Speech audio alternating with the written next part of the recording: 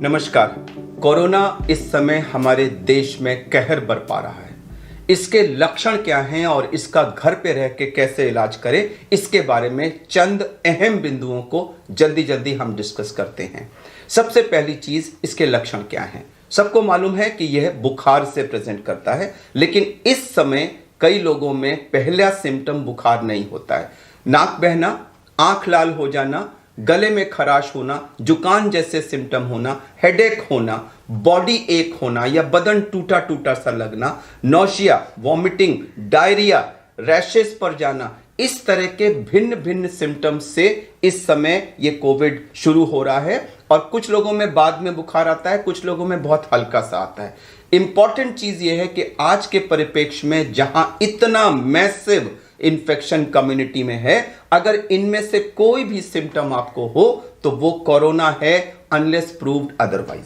अब इनमें से कोई भी सिम्टम होने की स्थिति में क्या करें? आइडियली हमको तुरंत टेस्ट कराना चाहिए, आरटी-पीसीआर टेस्ट कराना चाहिए।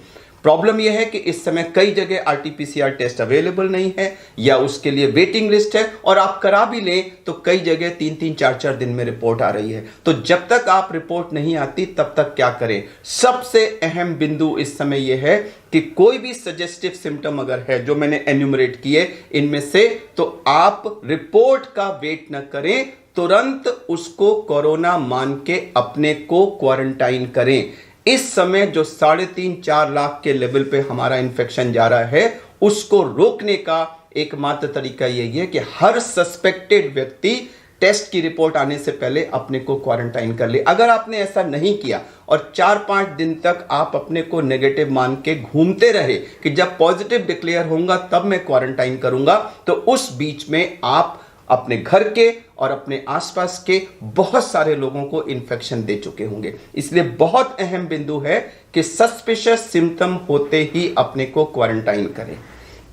उसके बाद ट्रीटमेंट शुरू होता है। आरटी-पीसीआर रिपोर्ट अगर पॉजिटिव आई तो आप कोरोना हैं, लेकिन अगर नेगेटिव भी आई तो सिम्टम्स को हम इस समय कोरोना मान के ट्रीट कर रहे हैं, क्योंकि 30 से 35% केसेस में रिपोर्ट नेगेटिव आती है और आजकल शायद ये नंबर कुछ ज्यादा ही हो रहा है। इसलिए symptoms are corona. Positive report है तो ठीक है, नेगेटिव है तब भी हम उसको कोरोना ट्रीट करेंगे। अब आया ट्रीटमेंट पार्ट। तो इसमें 90% लोगों को माइल्ड सिम्टम्स होते हैं जिसका होम ट्रीटमेंट हो सकता है। मगर मैं बता दूं कि होम ट्रीटमेंट का मतलब सेल्फ ट्रीटमेंट नहीं है। होम ट्रीटमेंट का मतलब है घर में रह कर के डॉक्टर की निगरानी में ट्रीटमेंट। आपका फैमिली डॉक्टर हो, आपके आसपास के डॉक्टर हो, गवर्नमेंट हॉस्पिटल के डॉक्टर हो, प्राइवेट हो, जो भी हो, आप टेली कंसल्टेशन करिए, उनसे टेलीफोन पर एडवाइस लीजिए और उसको घर में रहकर फॉलो करिए। यह बहुत अहम बिंदु है। सेल्फ ट्रीटमेंट कृपया ना करें। अब मैं आपको कुछ चंद बिंदु ट्रीटमेंट के बता देता हूं, जिसमें हम 6M अप्रोच जिसको कहते हैं। 6M क्या क्या है? पहला M है मिक्सिंग, यानी कि मिक्सिंग ना करें। दूसरा M मेडिसिन के बारे में। तीसरा M है मॉनिटरिंग अपनी कैसे करें। चौथा M है मील्स के बारे में। पांचवा M है माइंडसेट एंड एक्टिविटीज। और छठा M है मूवमेंट टुवर्ड्स हॉस्पिटल। हॉस्पिटल कब जाने की जरूरत है। इन 6 M को हम जल्दी से डिस्कस कर लेते हैं, मगर मैं दोबारा कह दूं कि यह केवल एक आपकी सहायता के लिए है। कृपया इसको फाइनल डॉक्टर्स एडवाइस ना माने। आप किसी ना किसी डॉक्टर से टेली कंसल्ट जरूर करें होम ट्रीटमेंट करते समय। पहला मिक्सिंग, जैसा कि मैंने कहा, सस्पिशियस सिम्टम आते ही अपने को घर वालों से अलग करें, उनके साथ मिक्स ना करें, नहीं तो आप उनको भी इन्फेक्ट करेंगे। अगर आपके घर में कई कमरे हैं तो एक कमरा जिसमें अटैच्ड बाथरूम है वो आप चुनिए, उसके अंदर अपने को बंद कर लीजिए। जो दरवाजा बाकी घर की तरफ खुलता है उसको बंद कर दीजिए। अगर उस कमरे में बाहर में खुलने वाली खिड़कियां हैं तो उनको खोल दीजिए। बाथरूम का एग्जॉस्ट ऑन कर दीजिए। इससे आपके सांस से निकलने वाली जितनी भी हवा है, जो एरोसॉल है, वो घर की तरफ जाने की जगह वो बाहर चला जाएगा और घर वालों को संक्रमण का चांस कम हो जाएगा। जो आपका खाना पीना वगैरह आना है वो कमरे के बाहर एक स्टूल रख दीजिए और उस स्टूल पे वो खाना रख देंगे और हट जाएंगे वहां से। आप अच्छी तरह मास्क लगा के दरवाजा थोड़ा सा खोलिए, वो खाना उठा के अंदर ले लीजिए और फिर दरवाजे को बंद कर दीजिए। इससे आप दूसरे लोगों को संक्रमित होने से बचा सकते हैं। अब अगर आपके कमरे में, घर में थोड़े से कमरे हैं, तो स्पेशली अगर आपके घर में वृद्ध दादी, बाबा, नानी, नाना ऐसे लोग हैं, तो उनको अगर संभव हो तो किसी दूसरे घर में भेज दीजिए, क्योंकि अगर आप उसी कमरे में उन लोगों के साथ रहे तो उनको संक्रमण जरूर हो जाएगा। तो जैसे भी हो अपने को क्वारंटाइन करें, अपने को आइसोलेट करें और घर वालों के साथ मिक्सिंग ना करें। इससे हम कोरोना के चेन को, संक्रमण की चेन को तोड़ेंगे। यह था पहला बिंदु, मिक्सिंग। दूसरी बात आई मेडिसिन की। मेडिसिन क्या क्या ले? तो जो मेडिसिन सबसे इंपॉर्टेंट है वो है बुखार को रोकने वाली पैरासिटामोल। बुखार हल्का भी हो सकता है और 102, 103, 104 तक भी हो सकता है। बीच बीच में आएगा जाएगा ऐसा भी हो सकता है और कंटिन्यूस हाई भी हो सकता है। बुखार से हमारा शरीर एकदम टूट जाता है और उसको कम करना बहुत जरूरी है। तो हम 650 मिलीग्राम पैरासिटामोल को 6-6 घंटे पर लेने के लिए कहते हैं, जिससे प्रायः बुखार उतर जाता है। अगर इसके बाद भी बुखार ना उतरे तो हमें बीच में फिर कोल्ड स्पॉन्जिंग यानी कि ठंडे पानी की पट्टियां हाथ पे और पैर पे और माथे पे रख के बुखार को उतारना बहुत जरूरी होता है। सबसे जरूरी दवा इस कोविड की पैरासिटामोल है। अब उसके अलावा बहुत सारी चीजें दी जा रही हैं, vitamin C, vitamin D, zinc और बाकी सारी चीजें, वो आप ले सकते हैं। डॉक्टर के प्रिस्क्रिप्शन में अवश्य वो लिखी होंगी, लेकिन मैं ये बता दूं कि उनसे कोई पहाड़ चेंज नहीं आने वाला। जरूर लीजिए, उनसे कोई नुकसान नहीं होता है। कुछ एंटीबायोटिक्स दी जा रही हैं जैसे कि एजिथ्रोमाइसिन और डॉक्सीसाइक्लिन, वो भी ज्यादातर लोग प्रिस्क्राइब कर रहे हैं। लेकिन मैं क्लैरिफाई कर दूं कि रिसर्च में माइल्ड सिम्टोमेटिक केसेस में उनके देने या ना देने से आउटकम में कोई फर्क नहीं पड़ा है। आप ले लें, मुझे कोई ऑब्जेक्शन नहीं है, लेकिन उनसे गैस्ट्राइटिस वगैरह काफी होती है। माइल्ड केस में अगर आप नहीं भी लेंगे तो कोई फर्क नहीं पड़ेगा। सबसे जरूरी चीज है पैरासिटामोल। अगर आपको गले में खराश वगैरह है तो कोई एंटी एलर्जिक भी लेते हैं, और अगर डायरिया वगैरह है तो उसके लिए भी, नौशिया वगैरह है तो उसके लिए भी टैबलेट्स हैं। मैं टैबलेट्स का नाम यहां नहीं बताऊंगा, मैं रिकमेंड करूंगा कि जब आप डॉक्टर से कंसल्ट करें तो ये बता दें, वो उसके लिए आपको लिख देंगे। तो ये तो थी मेडिसिन। कुछ और मेडिसिन भी दी जा रही हैं, आइवरमेक्टिन है, हाइड्रोक्सीक्लोरोक्विन वगैरह है। मैं दोबारा कह दूं कि किसी भी रिसर्च में इन मेडिसिन से आउटकम में कोई फर्क नहीं पड़ा है। तीसरा अहम बिंदु है मॉनिटरिंग। मॉनिटरिंग कई चीजों की करनी है। एक, हमने अपना टेम्परेचर 4-4 घंटे पे मॉनिटर करना है। बेटर होगा कि अगर आप उसका चार्ट बना लें। सबसे ज्यादा इंपॉर्टेंट मॉनिटरिंग है हमारी ऑक्सीजन की, जिसमें कि एक पल्स ऑक्सीमीटर आता है, जिसमें अंदर आप देखेंगे ऑन करके तो एक तरफ रेड लाइट आती है। वो रेड लाइट नाखून की तरफ होना चाहिए और उसको आप प्रॉपरली अंदर डाल दें और डाल करके उसको 1-2 मिनट वेट करें। उसमें एक वेव फॉर्म आता है, जब वो वेव फॉर्म स्टेबलाइज हो जाए रेगुलर, तब जो रीडिंग आती है वो फाइनल रीडिंग होती है। बीच में एक आध रीडिंग अगर लो आ जाए तो उससे घबराए नहीं। और ऑक्सीजन और हार्ट रेट, दो चीज वो दिखाता है। ऑक्सीजन हमारी 94 से ऊपर होनी चाहिए, जरूरी नहीं है कि 100 हो, 95, 96, 97 जो है 94 के ऊपर नॉर्मल है, उसको जरूर मॉनिटर करें। अगर आपकी 94 से नीचे कभी भी आती है तो वो एक डेंजरस साइन है और हमें उस पर तुरंत उसका संज्ञान लेना है।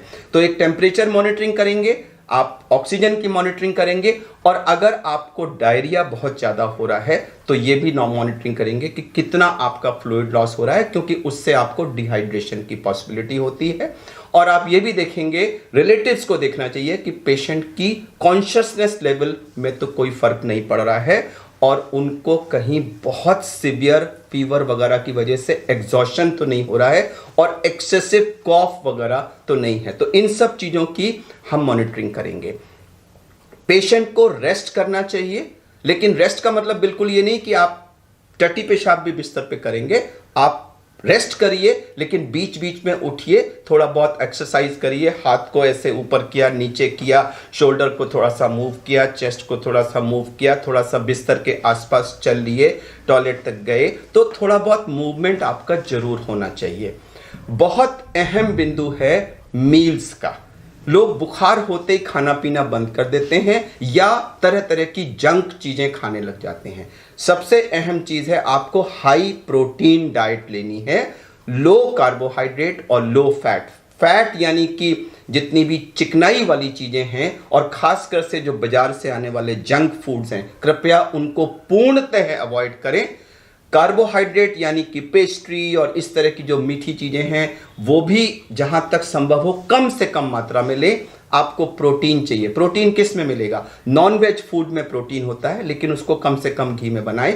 एग्स में प्रोटीन होता है, वेजिटेरियंस के लिए पनीर में प्रोटीन होता है, सोयाबीन में 40% प्रोटीन होता है, तो सोयाबीन का आटा का रोटी बना लें, सोयाबीन की किसी भी तरह की प्रिपरेशन ले लें, इन सब में प्रोटीन होता है। फ्रूट्स को, फ्रेश फ्रूट्स को ज्यादा से ज्यादा मात्रा में लें। फ्रेश फ्रूट जूस भी ले सकते हैं। जो कैंड जूसेस वगैरह बाजार से आते हैं उनको जहां तक संभव हो अवॉइड करें। बहुत इंपॉर्टेंट है कि आप हर थोड़ी थोड़ी देर में, आधे आधे घंटे में कुछ ना कुछ खाते रहें ताकि पेट में कुछ ना कुछ खाना पहुंचता रहे, जिससे गैस्ट्राइटिस कम होती है।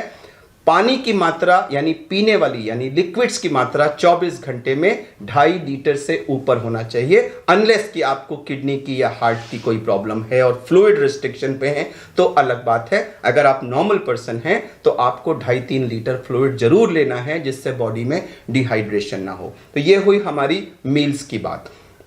बहुत अहम बिंदु है हमारा माइंडसेट और हम कैसा सोच रहे हैं। इस समय पूरा देश एक पैनिक की स्थिति में है, हर घर इसकी वजह से टेंस है। मैं आपको बता दूं कि जब हम पैनिक्ड होते हैं, टेंस होते हैं, परेशान होते हैं, तो उस समय हमारे शरीर में बहुत सारे स्ट्रेस हार्मोन्स रिलीज होते हैं, एड्रेनलिन उनमें से एक है।